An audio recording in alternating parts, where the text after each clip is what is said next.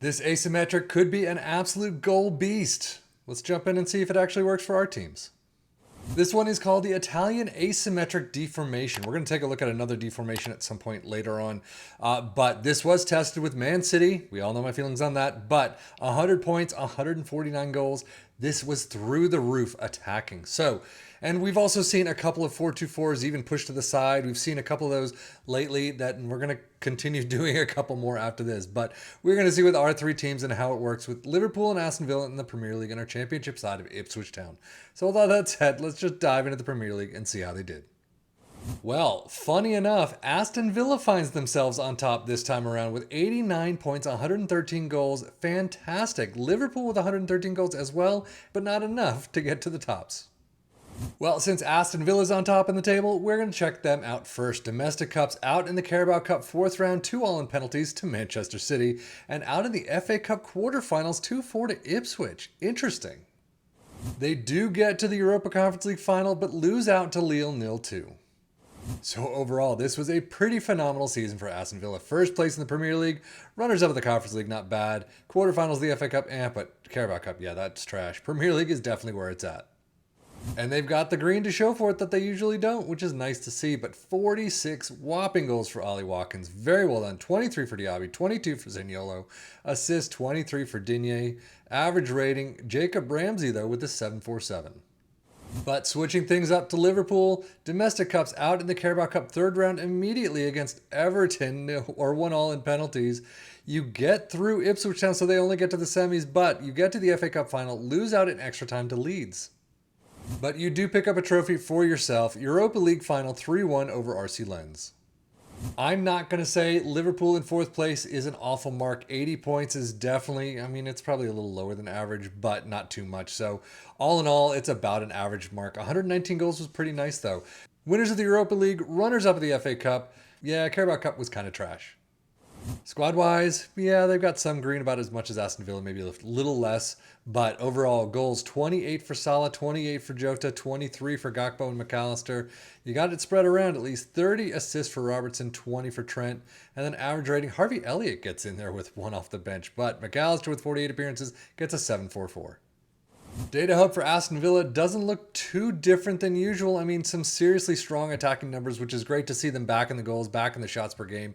Defensively, yeah, they've got some woes on some of those pieces. 2.97 goals per game, 1.24 conceded, 1.42 XG against. Liverpool, again, looking somewhat like they usually do. They've got some bigger defensive pieces on some sides, some average to less on the others, but attacking through the roof. 2.97 goals per game, 1.24 conceded is actually a little higher than usual. 1.02 XG against is also. Premier League stats, Aston Villa with 2.34 points per game in that first position. Very well done. 4th place Liverpool with 211. Most goals Aston Villa with 113, as does Liverpool. Fewest shots against, Liverpool with 3rd, 297, Aston Villa with 372. Most possession, Liverpool with 54%, Aston Villa 1 less. Most dribbles made, Liverpool with 658, Aston Villa with 610. And most shots for Liverpool get a whopping 735. Aston Villa do a fantastic job with 668. But now, this is what I want to see. Ipswich Town with 103 points, 127 goals. Unfortunately, they're in 2nd, though. But now, Carabao Cup. They get to the final and lose 0-3 to Man City. Unfortunately, sent off in the 63rd does not help, but Man City got all their goals before then anyway. They did beat Aston Villa 4-2, as we saw in the quarterfinals of the FA Cup, getting to the semis and getting crushed by Liverpool 0-5. I will say, against Aston Villa, Kiefer Moore got a hat-trick. Nice. So overall, yeah, they came in 2nd, but this was a phenomenal result. Season everything for Ipswich Town, no question about it. Squad-wise, they still don't have much green, but oh well, what are you going to do? You got 38 goals for Hurst, 20 for Broadhead. That is phenomenal, through the roof. 25 assists for Leif Davis, and then average rating. George Hurst actually beats Leif Davis to the top of the list with 7.4.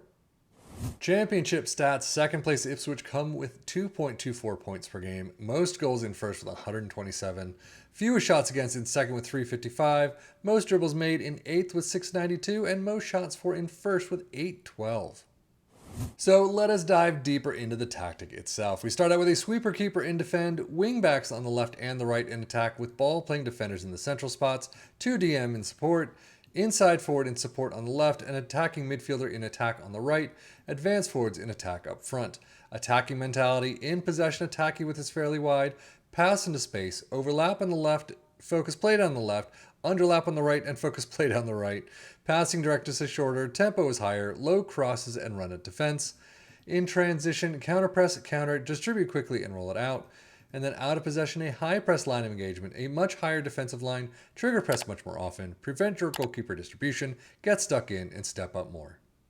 But now, overall, how did it do for our three teams? I mean, pretty nice as usual. Ipswich do come in second, but as I usually say, if you take control of this, do your own training, your own tactical changes during a match and shouts, do your own medical staff, worry about your medical staff issues and do your own transfers. You could definitely do a much better job here.